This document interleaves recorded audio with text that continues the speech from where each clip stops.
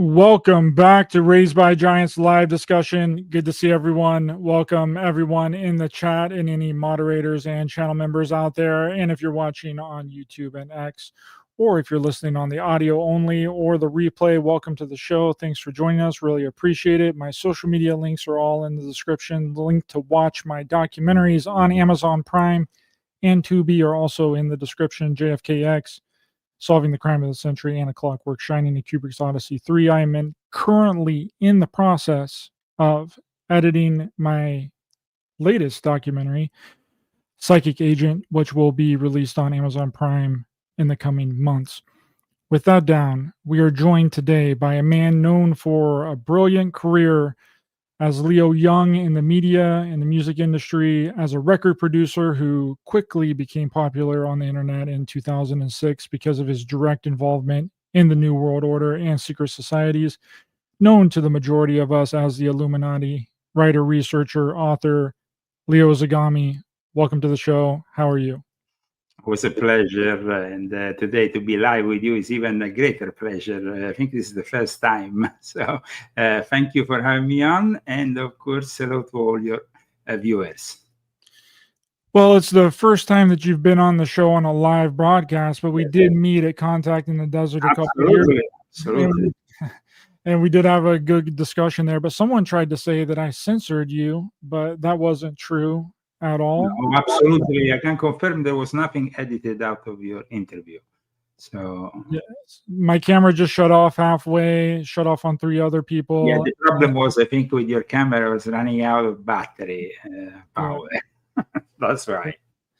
Yes, it did. And it was unfortunate, but I had to condense everybody's interview into one interview to make it long enough because I only had like 15 minutes of each individual. But anyway, that's behind us. We're looking in the future now, Leo. And I guess I'm going to start off with it's a really big question. It's probably going to take you a minute to explain. But why all of this back and forth with the Epstein stuff? It seems like it's kind of been covered up now. We've had so much other things going on. You know, there's files, now there's not files. There was video, now there's not video. There's not video, now there's video, and there's a minute missing out of the video. It's just a really big, confusing mess that's going on right now with Jeffrey Epstein. There's been so much stuff that's happened since then that's kind of taken the spotlight off of that. So your book is a really refreshing thing to happen right now. So tell us what do you think was going on there?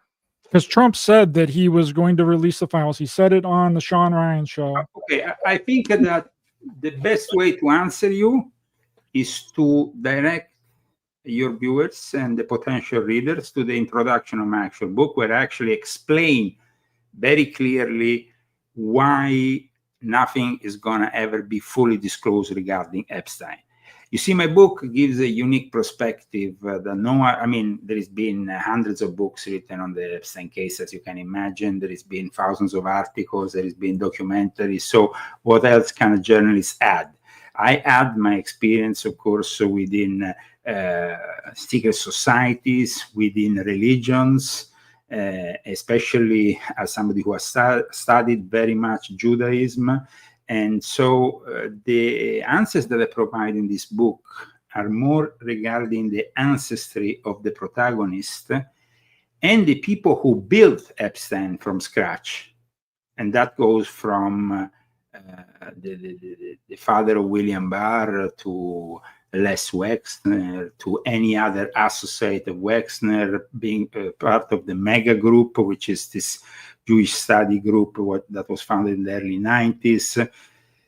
And this way, you can really understand the relevance of Jeffrey Epstein and why nothing is going to ever be fully disclosed. Because like I state in the introduction of the book, this will compromise the whole system of Washington, D.C. from A to Z.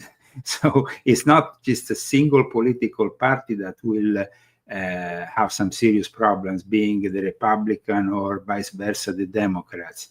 It's the whole system. And so the moment you are really exposing the system, which I talk about in this book, which is a system which was created by a very powerful sect nobody really talks about, if not a few historians relegating it,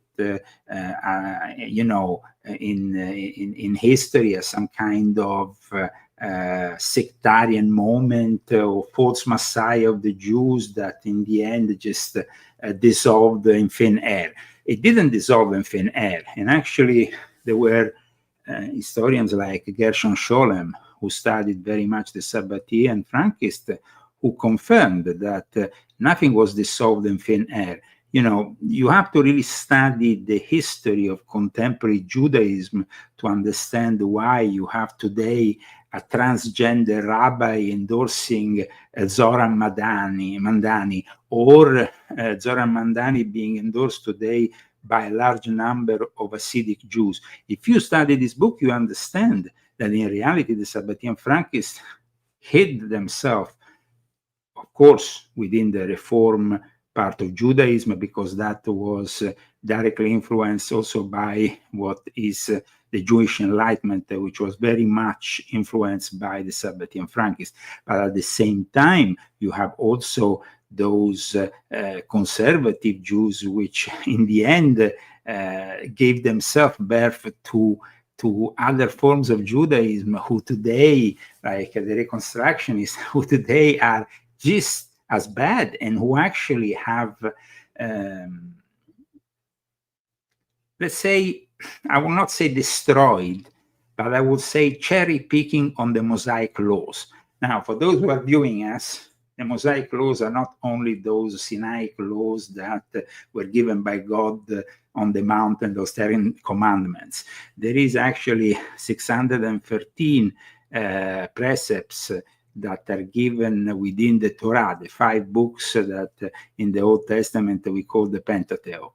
So the fact that today we are here discussing Jeffrey Epstein is because every time, and you know this, in the last few years, you actually said it in a way when you introduced me, there is a lot of talk, but there is never really any results from all this talk. It's like they get to a certain point, and it's like at that point, it's their excuse is, okay, he was working with the intelligence community. We can't access to that kind of information, so our view of him is restricted or limited by our perception, which of course is limited by the fact we don't have access to those documents or those that reality. And then of course the same can be said also about his involvement with the elite, which, just like in the case of the now former Prince Andrew, is a guy who is so up in the system whereby you can't really know everything about him. In fact, that's why King Charles might have sent him out of the Royal Lodge, but he might have to pay now a 6-figure sum to get him out of the way without him making further damage. So this book is unique in a way because for the first time we don't only see the Sabbatean Frankist evolving within Jewish history, which is also a very important element of this book, which I have tried to summarize in the best way possible, working also with, of course, the material provided by those credible sources, including not only Gershon Scholem, but also the late Rabbi Antelman, and many others who were similarly interested in raising questions about it.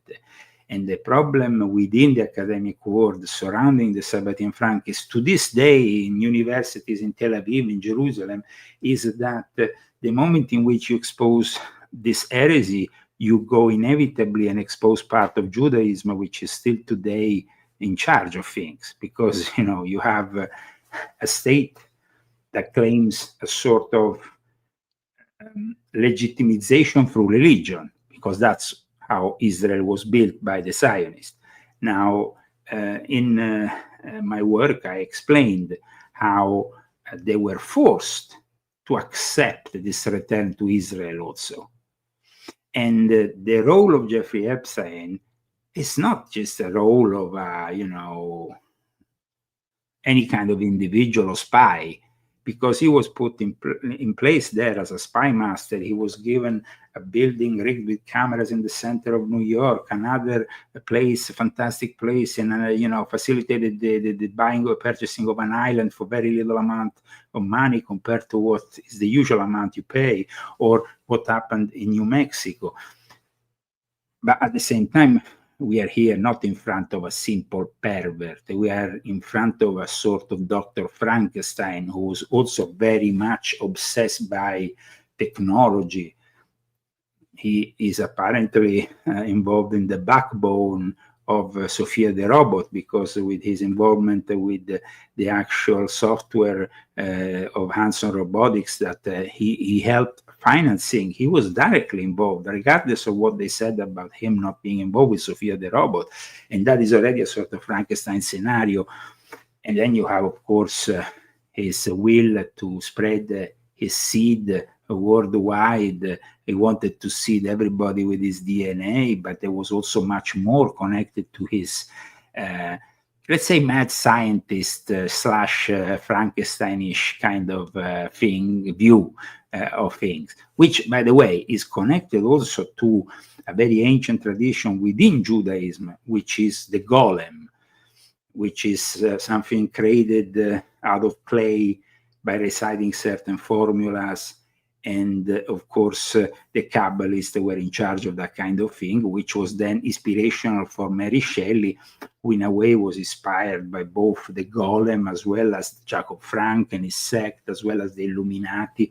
And of course, we have also the husband who wrote also The Wandering Jew. So it's important that people understand that, first of all, this is not an anti-Semitic book. And that's why very much in the introduction that I wrote also for it, not only the one which is, of course, more extensive at the beginning of the book, but also the one that is simply written on the back cover, I explain that this book is made also to really put some clarity, which means, what it means, this clarity? It means that in the end we are way too often casting a doubt, but also at times a form of racism, of course, sometimes blatant forms of racism against the Jewish people, when the Jewish people have been the first victims of their own sectarian views and of their own rabbis who embraced them. This is very important because in my book, I explain, I used to do this podcast with Roseanne Barr, and she told me once, the worst enemy of the Jew is the Jew. And I said, what do you mean? And then she explained me that. And we agreed, not only with the Sabbatean Frankists, but you have to understand that then you have, if we go back even before the times of Shabbatai Zevi, who, by the way, for those who are following us, was the founder of the Sabbatean movement, and then the sect that became the Dommeh, as well as Jacob Frank, who claimed to be the third reincarnation after Baruch Russo, who was the second reincarnation of this Holy Trinity, which ended with Jacob Frank, who himself, rather than accepting the role of Messiah of the Dommeh, and why I say Dommeh is because in 1666, Shabbatai Zevi, who was believed to be the Messiah by almost half of the population in Europe, Jewish population in Europe, converted to Islam. And so he was rejected by a lot of people for this choice, but there was then a group of really hardcore, believers in him who maintained and who followed this example by becoming crypto-Jews and converted to the Islamic faith outwardly.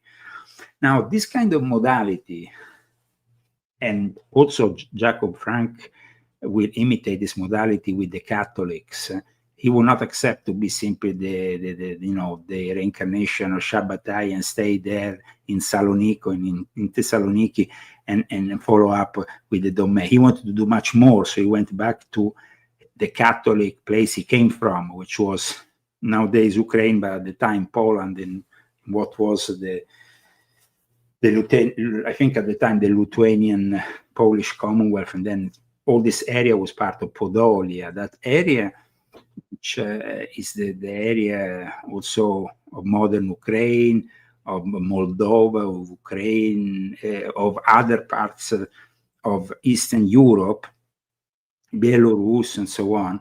These parts of Europe were seemingly infested by this Sabbatean heresy. And it became even more persistent with Jacob Frank when he brought to the Catholic Church 20,000 Jews to convert in exchange for his nobilitization, like becoming a noble. And then, rather than keeping the sect marrying only with each other, which was his initial idea, he then opened up to marrying with, not only marrying, but getting, every time one of them converted, the surname of the family which will, become their godfathers for the baptism in the Catholic faith. That meant suddenly all these Sabbatean Frankists will insinuate themselves within the aristocracy of Europe, both the black aristocracy close to the Pope, as well as also the Anglican aristocracy in England. And we see that suddenly we have the nobility, the Rothschild family becoming a noble, and in Vienna as well as in England, and then marrying with royalty, with the other aristocratic families. So my book makes, though, a thesis that is very linear, very clear, with credible sources, which I of course cite one by one.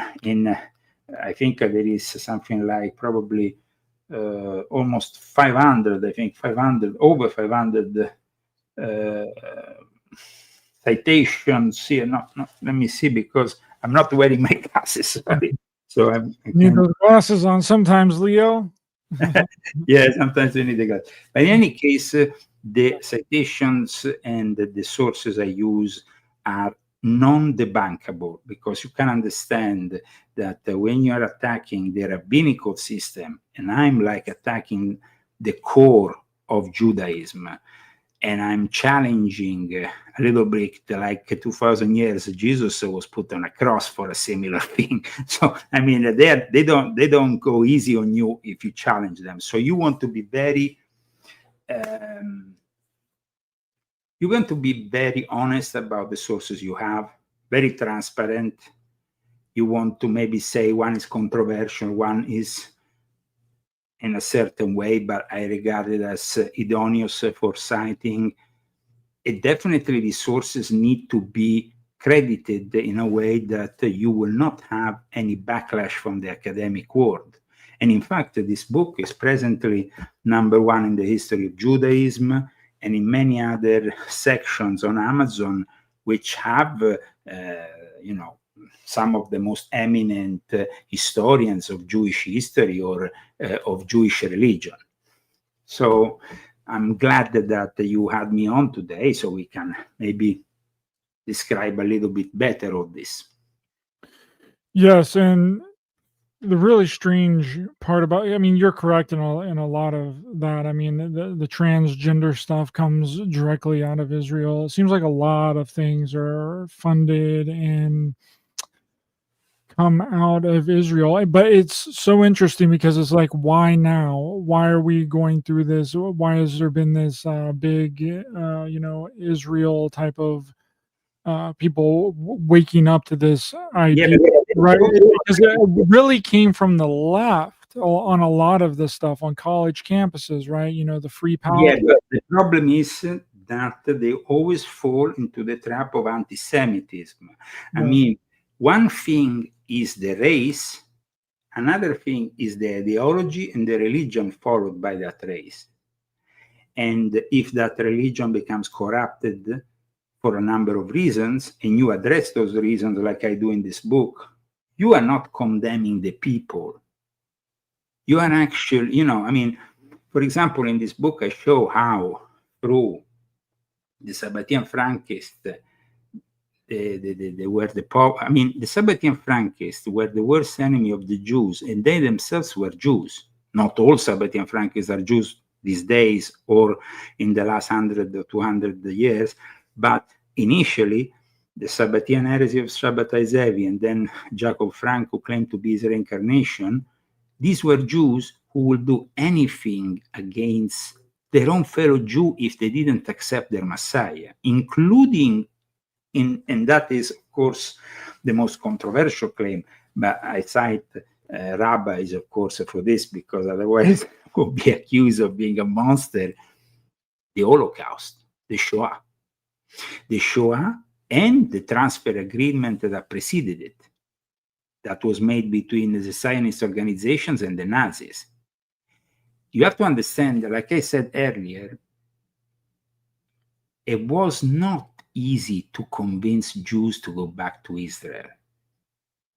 So, first of all, in this book, I explain how the very idea of Zionism didn't really mature initially within Judaism. It matured in puritanical England, and then later on in Anglican England in the 19th century. Who was in charge of Palestine after the Ottoman Empire? That I am not familiar with. It was the English. It was an English protectorate, okay? So the English Freemasons, the Church of England, and before that, the Puritans and Oliver Cromwell. So my story goes all the way back to Oliver Cromwell, who was the only guy who beheaded the king and reigned with a republic in England for a limited amount of time. He got the English back to England after a few hundred years they had been casted out. And Manasseh ben Israel, who was himself this rabbi and Jewish printer, the first Jewish printer in the world with a Jewish print in the Netherlands, in Holland, he had this idea of, together with Cromwell, of bringing the Jews back to England and then back to Israel. And he himself didn't really generate, he wasn't really like he had invented this whole concept. This whole concept goes back to another gentleman who before him, this guy here, known as this French theologian called Isaac Lapierre, this guy here. This guy is Manasseh ben Israel, and this other guy is Israel Lapierre. Now, Manasseh ben Israel, sorry, you probably the camera went a little berserk with the... You're back on focus. Yes. Manasseh ben Israel at the end met with Oliver Cromwell, and the Jews who had been banned in the 13th century from England went back to England. So one thing is already there. It's concrete. It's not a conspiracy theory. Talking facts, historical facts. The entourage of Oliver Cromwell was very much into Manasseh ben Israel, and his secretary Sadler ended up writing a book and establishing what is known as British Israelism, which is they believe that the English and the Scots are like the lost tribe of Israel, which was a way to tame, in a way, all the anti-Semitism that had been present there. So before Manasseh ben Israel, this Isaac Lapierre, who was a Marranos. Now, Marranos is an important term because you have conversos and Marranos.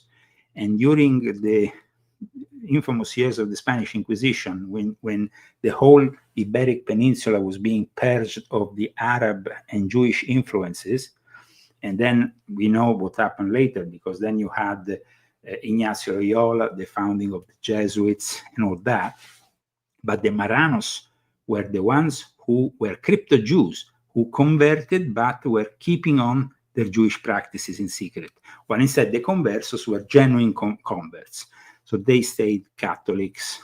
And Lapierre had written a book in which he had pointed out that they needed to go back to Israel. So these are the very foundation. But then it was embraced by the Puritan world. And the Puritan world, the one that we saw then coming with the Mayflower here to the United States of America, didn't really embrace, Judaism but embraced the idea that by bringing the Jews back to Israel, they could finally have the return of Jesus and the end of times. This is the very basis of Christian Zionism here, no? So in my book, I explained all the various, let's say, misunderstandings that have been present to this day, because then Zionism eventually will be formalized with this name at the end of the 19th century, and with Theodor Herzl, they will create a movement. At that time, also, like I explained in my book, Judaism was very different. There was the secularized Jews, who were a product of the Sabbatean Frankists and the Illuminati and Freemasonry, who through the lodges of the Asiatic Brethren, and then later on also B'nai Brit, which was is also a very important element in our story. And then, of course, you have to understand that there was a rejection of the Jews within Freemasonry and the Illuminati initially. So the Jews had to kind of break through that blockage, okay? And they did, the first time they did it with this group called the Asiatic Brethren. And the Asiatic Brethren became also the link to Aleister Crowley, because the Asiatic Brethren is mentioned in the foundation documents of the OTO. And it becomes, and the Frater Lucis. So the Asiatic Brethren becomes that link also through Max Theon to Madame Blavatsky, the foundation of Theosophy, through Aleister Crowley and through the OTO that then Crowley took over.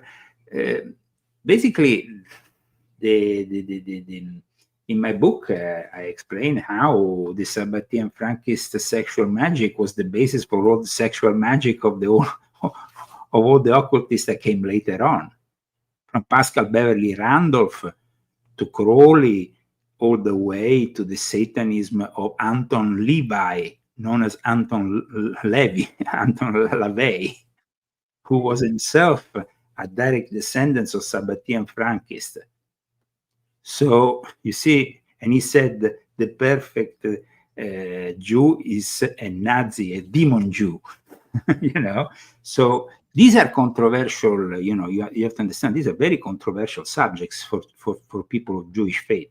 When you are stating in a book that, I mean, the transfer agreement, I don't know if you are familiar with the transfer agreement, but the transfer agreement, it took until the early 1980s for the Jews to be able to actually discuss it.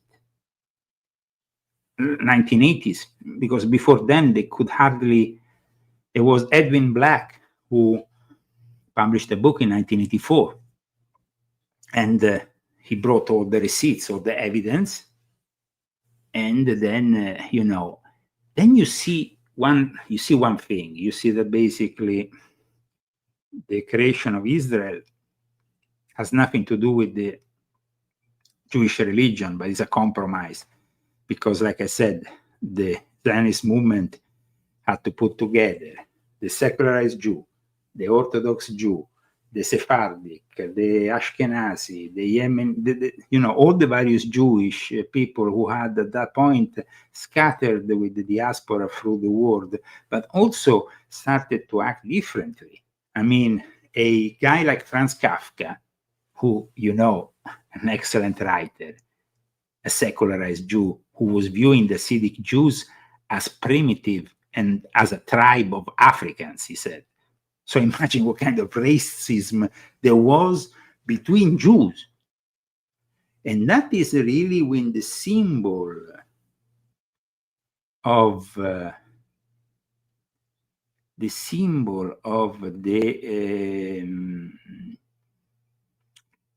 I might have done an error in broadcasting on my Italian channel rather than the English channel. Sorry if I say that. Brian Gable here in the chat. It seems like that whenever the Jewish people or Israel, when they get rejected,